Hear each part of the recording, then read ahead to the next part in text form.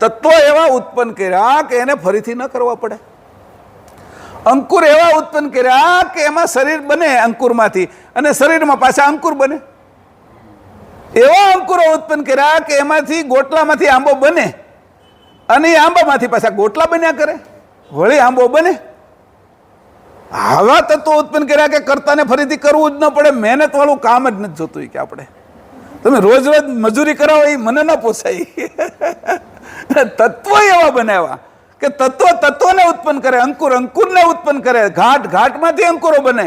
એ કે મારે આ કલ્પ ચાલે ત્યાં સુધી કાંઈ ન કરવું પડે, નવો શ્વાસ ન બનાવવો પડે, એવી મેં પ્રક્રિયા બનાવી દીધી. કે તમે શ્વાસ છોડો ને વનસ્પતિ લઈ લે, વનસ્પતિ છોડે ને તમે લઈ લો. કે એવું મેં અન્યોને બધું બનાવ્યું છે કે મારે ફરીથી કરવું જ ન પડે. કે હું ઓક્સિજન રોજ બનાવવા બેહું મારે કેટલો બનાવવો પડે, એટલે ઝાડવા એવા મૂકી દીધા. તમે કાર્બન ડાયોક્સાઇડ કાઢો તો એ પછી ઝાડવા લઈ લે અને એ ઓક્સિજન કાઢે, તમારે આયલા કરાય. કે